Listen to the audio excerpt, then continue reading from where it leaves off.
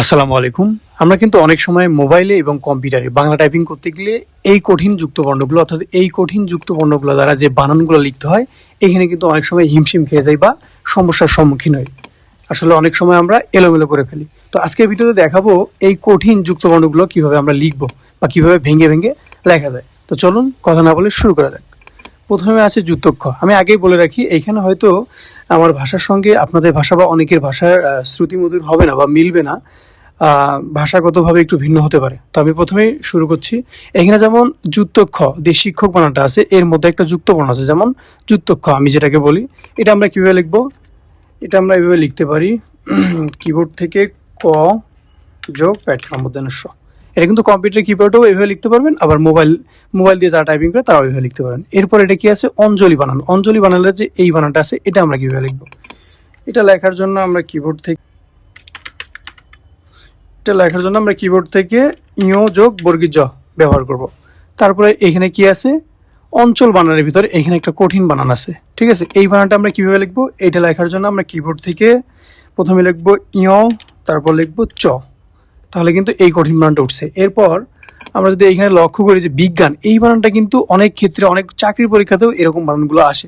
বিজ্ঞানে এইখানে এই যুক্ত বানানটা কিভাবে লিখছে এটা আমি দেখাবো এখন। এইখান থেকে আপনারা প্রথমে এখানে লিখবেন বর্গীয় জ যোগ ইয়। বর্গীয় জ যোগ ইয় লিখলে কিন্তু এরকম বিজ্ঞান বানানের এই যুক্ত বর্ণটা চলে আসবে। তারপর এইখানে দেখুন আত্মা বা আত্মা, এই যুক্ত বর্ণটা কিভাবে লিখবো? এইখানে আমরা এটা একদম সহজে লিখতে পারি ত যোগ ম, তাহলে কিন্তু এটা হয়ে গেল। এরপর আছে দ যোগ ধ, বদ্ধ। বদ্ধ বানানটা কিভাবে লিখতে পারি? বদ্ধ বানান লেখার জন্য আমরা নর্মালি দ যোগ ধ, এটা সহজ, এটা পারবে সবাই। এরপর এই যে কৃষ্ণ বানান, এই কৃষ্ণ বানানের এই যে যুক্ত বর্ণটা এটা কিভাবে লিখবো আমরা? এটা কিভাবে লিখতে পারি? এর জন্য আমরা প্রথমে থেকে প্যাটকাটা মধ্যে স যোগ ইয়, তাহলে কিন্তু এরকম এই কঠিন বানানটা উঠছে। এরপর হচ্ছে কি ব্রক্ষ, এটাও এই যুক্তক্ষয়ের মতো, তবে এটা কিন্তু যুক্তক্ষ না। এটা লেখার জন্য আমাকে হ যোগ ম দিতে হবে, তাহলে কিন্তু হয়ে যাবে। এরপর আছে কি সংখ্যা, এই সংখ্যা বানান, এই বানানটাও একদম সহজ। এইখান থেকে আমরা দন্ত স যোগ ক দিলেই কিন্তু এটা হয়ে যাচ্ছে। এরপর পদ্মা বা পদ্ম, এটা কিভাবে লিখবো? এর জন্য আমরা কিবোর্ড থেকে দ যোগ এখান থেকে ম হয়ে গেল। তারপরে এখানে কি উত্থান, উত্থান বানানোর ক্ষেত্রে এটা একদম সহজ, ত যোগ থ।